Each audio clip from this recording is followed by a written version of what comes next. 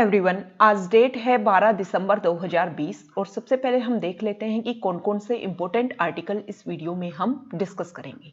देखो, जो हमारा आर्टिकल है, एक आर्टिकल हमारा होगा पेरिस एग्रीमेंट, और पेरिस एग्रीमेंट ने इंडिया ने कौन कौन से डिटरमाइंड कंट्रीब्यूशन के लिए वादा किया था कि हम 2030 तक कैसे कैसे कम करेंगे एमिशंस को, उसके बारे में हम डिस्कस करेंगे। उसके बाद में देखो, वेनेजुएला के लिए एक एडिटोरियल पेज में एक न्यूज़ आई है कि वेनेजुएला में जो पॉलिटिक्स है वो काफ़ी गड़बड़ा रही है, तो हमारे प्रीलिम्स के पॉइंट ऑफ व्यू से वो इम्पोर्टेंट है, तो उसको हम डिस्कस करेंगे। बाद में पार्लियामेंट्री कमेटी के लिए एडिटोरियल पेज में एक अच्छे से डिस्क्रिप्शन किया गया है कि पार्लियामेंट्री कमेटी कैसे जरूरी है नए बिल्स को इंट्रोड्यूस करने के लिए, उसके बारे में हम डिस्कस करेंगे। और जो पीएम वाणी, एक नई सेंट्रल स्कीम आई है पीएम वाणी, उसके बारे में हम डिस्कस करेंगे कि कैसे वो हमारे इंडिया को आगे लेकर जाएगी। इसके अलावा जो एनके सिंह, जिन्होंने 15 फाइनेंस कमीशन को हेड किया था, उन्होंने कुछ राय दी है, उसके बारे में हम डिस्कस करेंगे। तो चलो स्टार्ट करते हैं। देखो, जो हमारी फर्स्ट न्यूज है वो पेरिस एग्रीमेंट से रिलेटेड है। 2015 में पेरिस एग्रीमेंट हुआ था और उसको स्टार्ट करने में, इस एग्रीमेंट को शुरुआत करने में भारत का, इंडिया का और फ्रांस का काफी रोल रहा था। इंडिया प्लस में फ्रांस। देखो, यूनाइटेड नेशंस की ग्लोबल वार्मिंग को कम करने के लिए मीटिंग हुई थी पेरिस में, और इसमें ये एग्रीमेंट किया गया था, और इसमें कुछ टारगेट फिक्स किए गए थे। सबसे पहले वर्ल्ड के लिए एक टारगेट फिक्स किया गया था कि हम 2030 तक, टारगेट फिक्स किया गया था कि प्री इंडस्ट्रियल जो लेवल था, उस समय में जो टेम्परेचर का लेवल था, उससे ज़्यादा, मतलब 2 डिग्री से ज़्यादा हम टेम्परेचर को नहीं बढ़ने देंगे। ये तो वर्ल्ड के लिए लेवल था, ये तो टारगेट फिक्स किया गया था। लेकिन वास्तविक लेवल में ये बोला गया था कि 1.5 डिग्री से 1.5 डिग्री सेल्सियस से हम काम इसके लिए करेंगे। टारगेट 2 डिग्री का रखा था, लेकिन ये बोला गया था कि हम काम 1.5 डिग्री के लिए करेंगे, कि इससे ज़्यादा हमारी जो अर्थ है उसका टेम्परेचर नहीं बढ़ने देंगे।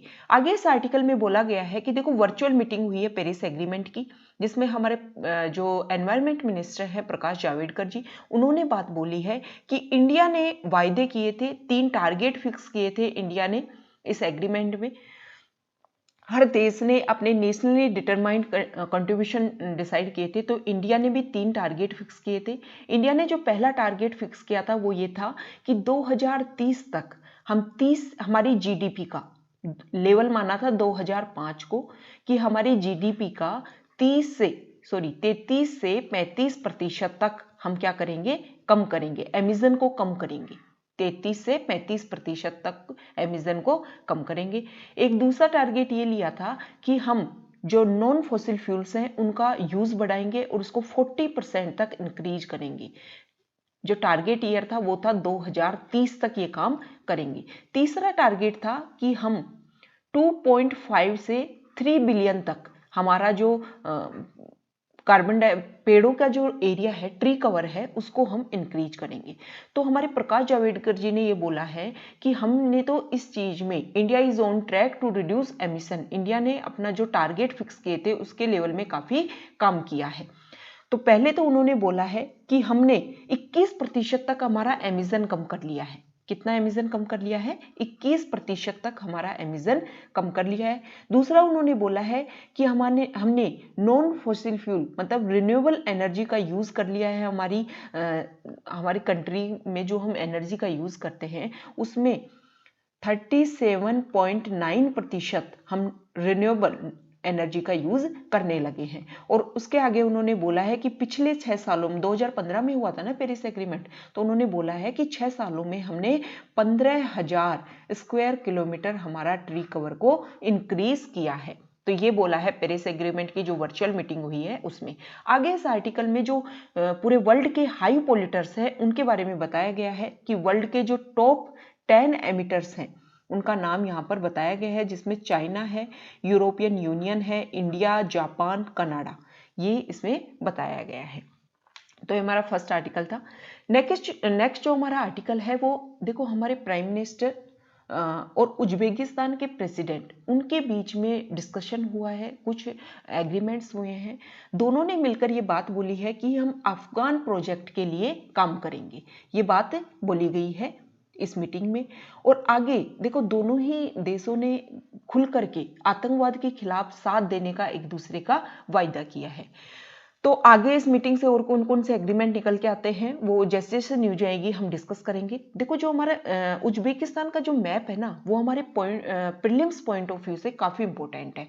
तो देखो ये उज्बेकिस्तान है, ये उज्बेकिस्तान है, आपको दिख रहा होगा। उज्बेकिस्तान की जो सीमा है, देखो प्रीलिम्स में क्वेश्चन आ जाते हैं कि सीमा पूछ ली जाती है, जो जो इम्पोर्टेंट कंट्रीज जो जो एरिया न्यूज़ में रहते हैं उनको लेकर के।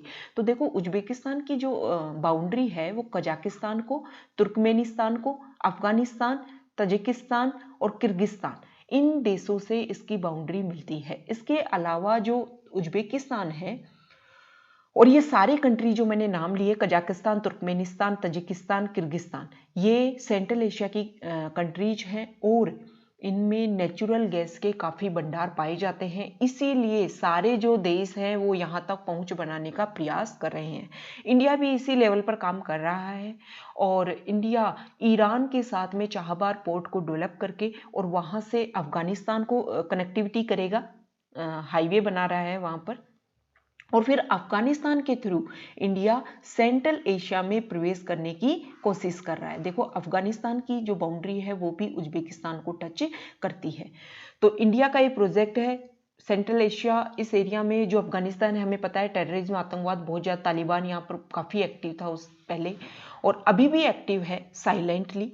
तो दोनों ही देशों ने आतंकवाद के खिलाफ लड़ने की कोशिश की है और ये जो एग्रीमेंट हुआ है, देखो प्रीलिम्स के पॉइंट ऑफ व्यू से एक अरल सी कजाकिस्तान और उज्बेकिस्तान दोनों ही देशों की सीमाओं के बीच में गिरता है। तो अगर क्वेश्चन आ जाए कि अरल सी कौन कौन सी देश की सीमाओं के बीच में एक्सटेंड है, तो कजाकिस्तान और उज्बेकिस्तान। तो ये हमारे प्रीलिम्स के लिए इसका जो लोकेशन है वो काफ़ी इम्पोर्टेंट है।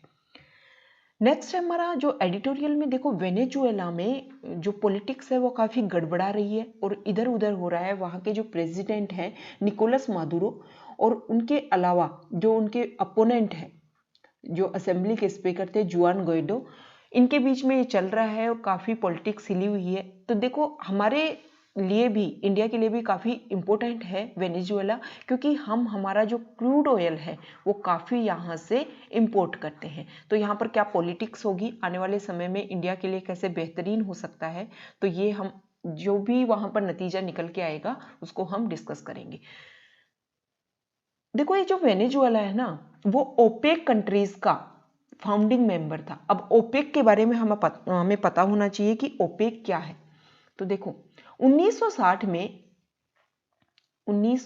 में 5 देशों ने, ईरान, इराक, कुवैत, सऊदी अरब और वेनेजुएला, इन 5 देशों ने मिलकर के क्या बनाया था, OPEC countries, organisation of petroleum exporting countries. ये इंटर गवर्नमेंटल ऑर्गेनाइजेशन है। देखो प्रीलिम्स में कोई भी जो ऑर्गेनाइजेशन है उससे रिलेटेड पूछ लेंगे और उसमें एक स्टेटमेंट दे दिया जाता है कि इंट्रा गवर्नमेंटल है, इंटर गवर्नमेंटल है या कैसा ऑर्गेनाइजेशन है। तो इंटर गवर्नमेंटल ऑर्गेनाइजेशन है। इसका जो हेड क्वार्टर है वो वियना में है, वियना ऑस्ट्रिया में। लेकिन इसकी जो स्थापना हुई थी वो बगदाद में हुई थी, ये हमें ध्यान रखना है।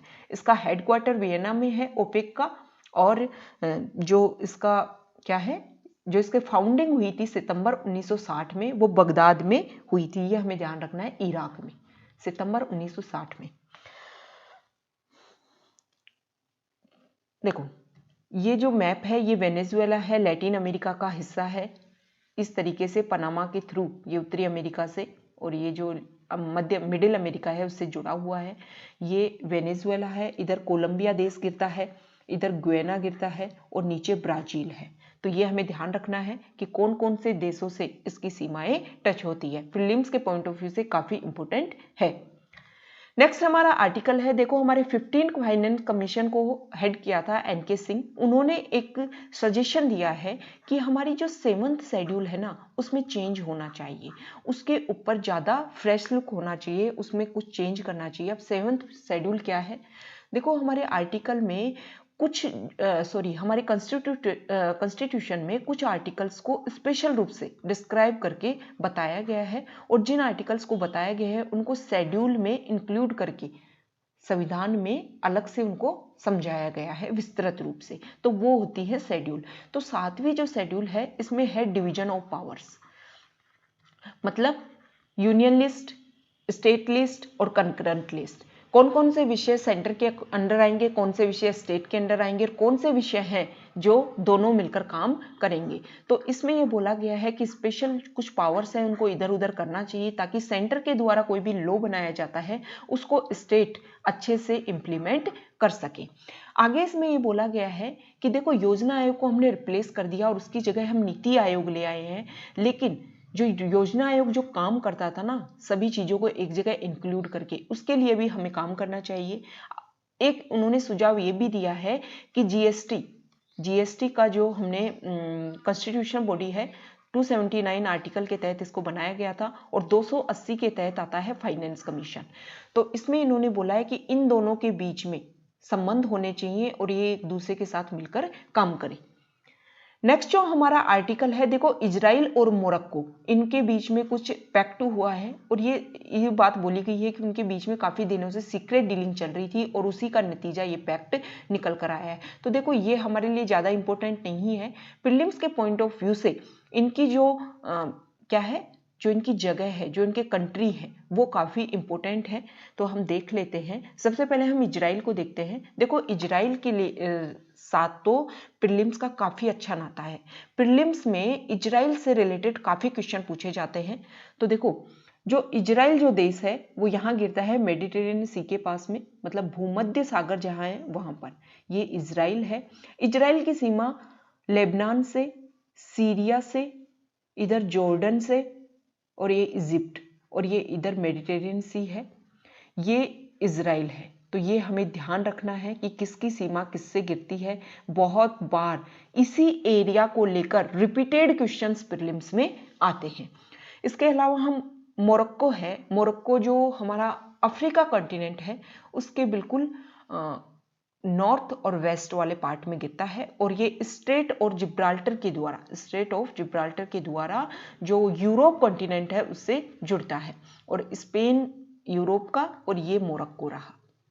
देखो प्रीलिम्स में यहाँ पर एक माउंट है, उससे रिलेटेड प्रीलिम्स में क्वेश्चन आ चुका है। तो हमें जो प्लेसेस जो न्यूज़ में रहते हैं उनका मैप हमें अच्छे से रीड करना है और उन मैप्स को लेकर के गूगल की अच्छे से हेल्प लेनी है।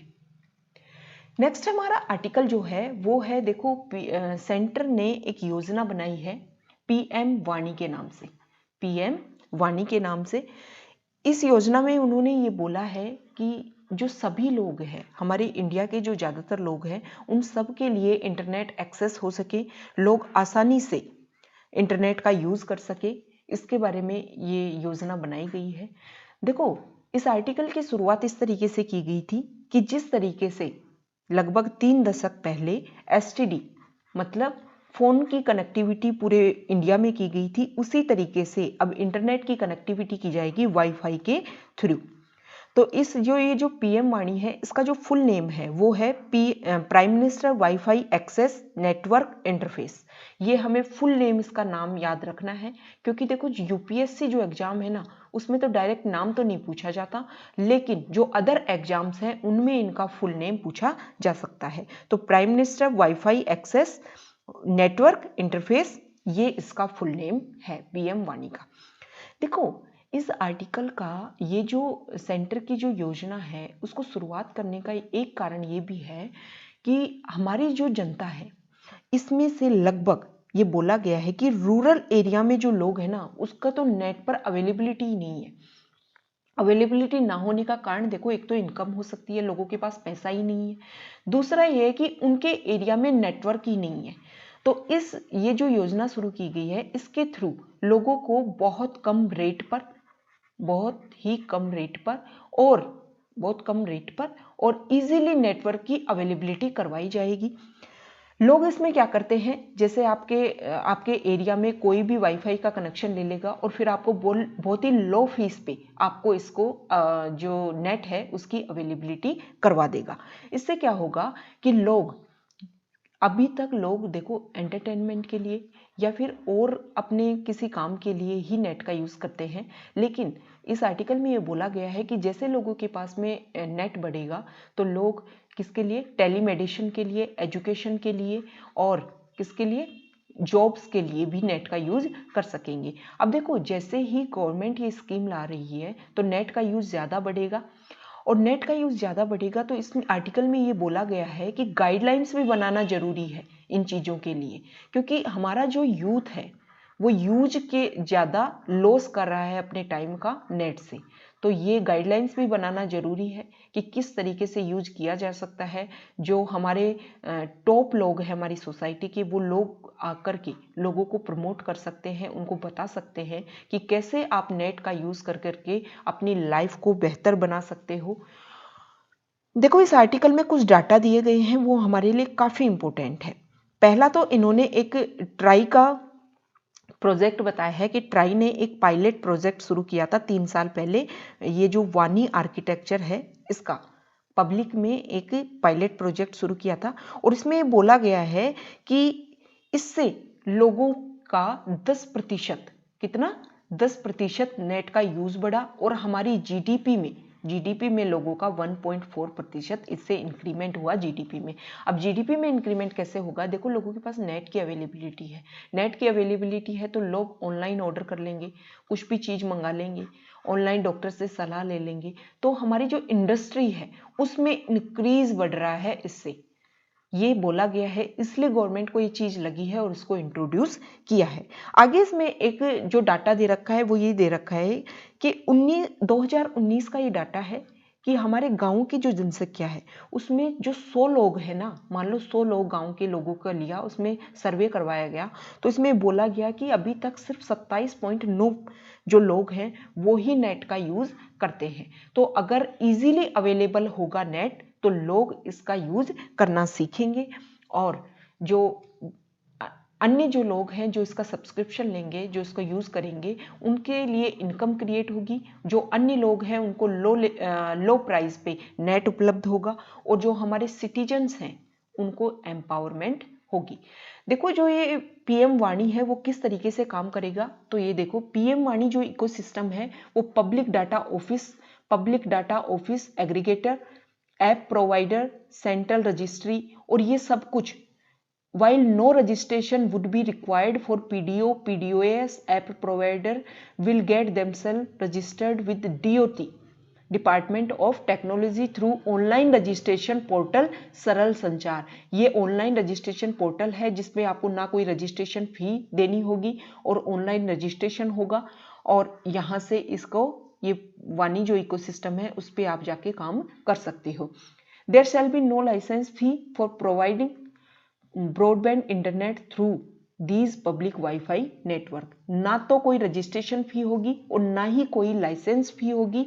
आपको ऑनलाइन जाकर रजिस्टर करना होगा सरल संचार पोर्टल पर, और जो भी लोग ये लेना चाहते हैं उनको यहाँ पर जाकर रजिस्ट्रेशन करके और फिर उनको ब्रॉडबैंड इंटरनेट कनेक्शन मिल जाएगा, और फिर उसको वो अपनी इनकम को इंक्रीज करने में यूज कर सकते हैं। देखो जो हमारा लास्ट आर्टिकल है वो हमारी पार्लियामेंट्री कमेटी को लेकर के है। जो हमारा आर्टिकल की जो शुरुआत की गई है ना वो इस तरीके से की गई है कि वर्तमान में जो फार्मर्स बिल को लेकर के जो विरोध हो रहा है उसमें हमारी पार्लियामेंट्री कमेटी का किस तरीके से यूज करके हम ये जो प्रोसीजर है जो फार्मर्स के द्वारा विरोध किया जा रहा है उसको कम कर सकते थे। देखो आर्टिकल में जो लेखक हैं उन्होंने ये बोला है, पीडीटी आचार्य जी ने ये लिखा है, वो फॉर्मर सेक्रेटरी जनरल थे लोकसभा के। उन्होंने ये बात बोली है कि वर्तमान में फार्म बिल को, इससे पहले सीएए को लेकर के विरोध हुआ था, उससे पहले आर्टिकल 370 को जब रिमूव किया गया उसको लेकर के विरोध हुआ था।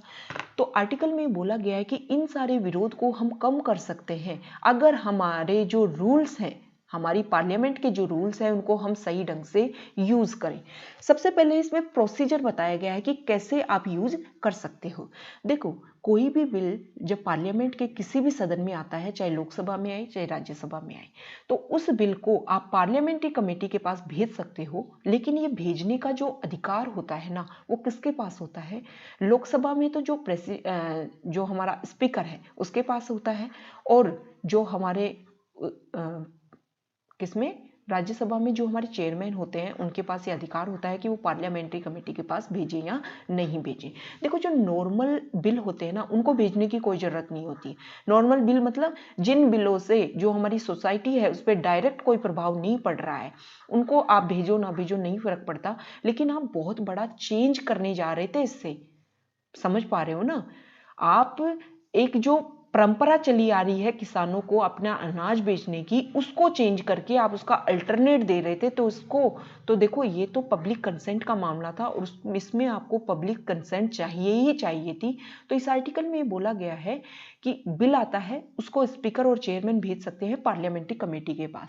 फिर पार्लियामेंट्री कमेटी उसमें लेती है टाइम, वो उस पर करती है सब अच्छे से मतलब अनुसंधान करती है, वो खुद अपने रिसर्च करती है, जो जो उस बिल से प्रभावित होने वाले हैं उन लोगों को साथ लेती है।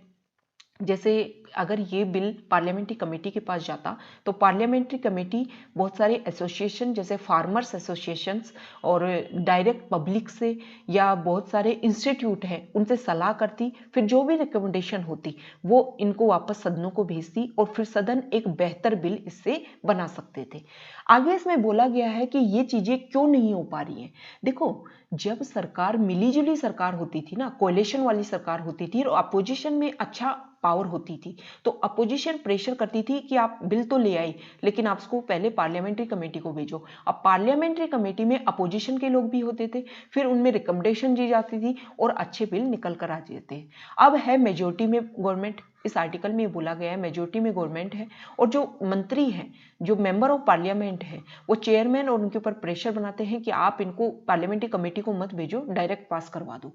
तो देखो, ये आपको जो पावर मिली हुई है ना, उसका आप मिसयूज कर रहे हो, और जो आपके रूल हैं, आपके हाउस के रूल ऑफ द हाउस हैं, उनका आप सही ढंग से यूज ही नहीं कर रहे हो।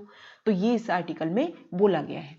आगे इसमें हिस्ट्री की बात की गई है कि देखो, जो ब्रिटिश पार्लियामेंट है ना, वो तो 16वीं शताब्दी से इसका यूज कर रही है कि आप कैसे इसका यूज कर सकते हो। आगे इसमें बोला गया है कि जो पोस्ट मॉन्टेग्यू चेम्सफोर्ड जो रिफॉर्म्स था, वो इसी का नतीजा था, पार्लियामेंट्री कमेटी का ही। पार्लियामेंट्री कमेटी ने इसमें रिकमेंडेशन दी और बाद में ये मॉन्टेग्यू चेम्सफोर्ड रिफॉर्म्स आई थी। आगे इसमें बताया गया है कि जब हमारे ऊपर अंग्रेजों का राज था, तब अंग्रेजों के लिए, अंग्रेजों के द्वारा जो सेंट्रल लेजिस्लेटिव असेंबली बनी हुई थी, उस समय में भी 3-3 कमेटी हुआ करती थी, वो हर बिल को देखती थी और फिर कोई बिल पास होता था। नेक्स्ट इस आर्टिकल में कुछ बिल्स के उदाहरण दे रखे हैं कि कैसे कुछ बिल लाए गए थे, फिर उन पे काम किया गया पार्लियामेंट्री कमेटी के द्वारा, और फिर कैसे वो बिल शानदार निकल कर आए। सबसे पहले 1999 में एक बिल आया था, फार्मर्स राइट्स बिल। उसके बारे में बताया गया है कि कैसे ये बिल लोकसभा में इंट्रोड्यूस हुआ और फिर इस बिल को कहाँ भेजा गया, जॉइंट कमेटी के पास भेजा गया, बोथ हाउसेज। और फिर इस जो कमेटी है उसने 8 महीने लिए, उसने अलग अलग लोगों से सलाह ली और एक रिकमेंडेशन दी। ये जो बिल था वो राइट ऑफ फार्मर्स और ब्रीडर्स के लिए था, उनके जो राइट्स हैं उनको प्रोटेक्ट करने के लिए था, और जो प्लांट्स की बहुत सारी वेराइटीज हैं उनको प्रोटेक्ट करने के लिए था। बाद में जो इम्प्रूवमेंट हुआ इस बिल में वो काफ़ी शानदार रहा और आज तक वो चलता आ रहा है। नेक्स्ट जो उदाहरण दे रखा है वो सीड बिल का दे रखा है। 2004 में सीड बिल आया था, और ये जो सीड बिल था इसको बाद में स्टैंडिंग कमेटी को भेजा गया। एग्रीकल्चर पर जो स्टैंडिंग कमेटी बनी थी उसको भेजा गया। ये जो स्टैंडिंग कमेटी है उसने agriculture researcher institution, agriculture universities, national state seed corporation, private seed company, scientist, farmers और ऑर्गेनाइजेशन, एनजीओ, इंडिविजुअल, इन सब लोगों से सलाह ली और फिर इसका रिजल्ट निकाल के दिया। फिर ये बिल पास हुआ और बहुत ही बेहतरीन ढंग से ये बिल पास हुआ। आगे बहुत सारे एग्जाम्पल दे रखे हैं, जैसे कंपनीज एक्ट, जो goods and service tax bill है, जीएसटी है, इंफॉर्मेशन टेक्नोलॉजी बिल मतलब जिसको आईटी बिल भी बोला जाता है। इसके अलावा 2011-12 में लोकपाल और लोकायुक्त बिल आया था, उसके बारे में भी डिस्कस किया गया है कि कैसे वो लंबे समय तक दो बार उसको सेलेक्ट कमेटी को भेजा गया और फिर उसमें पास हो पाया। देखो, इसमें जो वर्तमान में जो गवर्नमेंट है उसी का उदाहरण दे रखा है कि जो 2011 में जो लोकपाल लोकायुक्त बिल आया था उसमें जो सेलेक्ट कमेटी थी उसमें सुषमा स्वराज भी थी, और सुषमा स्वराज ने जो रिकमेंडेशन दी थी उनका यूज किया गया था, उनको जो बाद में जो लॉ बनाया गया उसमें उनको यूज करके पास किया गया था। तो आगे इस आर्टिकल में बोला गया है कि वर्तमान गवर्नमेंट भी अगर पार्लियामेंट्री कमेटी का यूज करती तो जो ये विरोध हो रहा है वो कम होता, जो हमारा जो प्रोग्रेस होना चाहिए था ना, जो खेतों में काम करके जो इंडिया का प्रोग्रेस होता वो सड़कों पर बैठा हुआ है और उसको विरोध करना पड़ रहा है। विरोध करने का कारण क्या है कि जो पावर्स दी गई है हाउस को उसका यूज नहीं किया गया है ढंग से।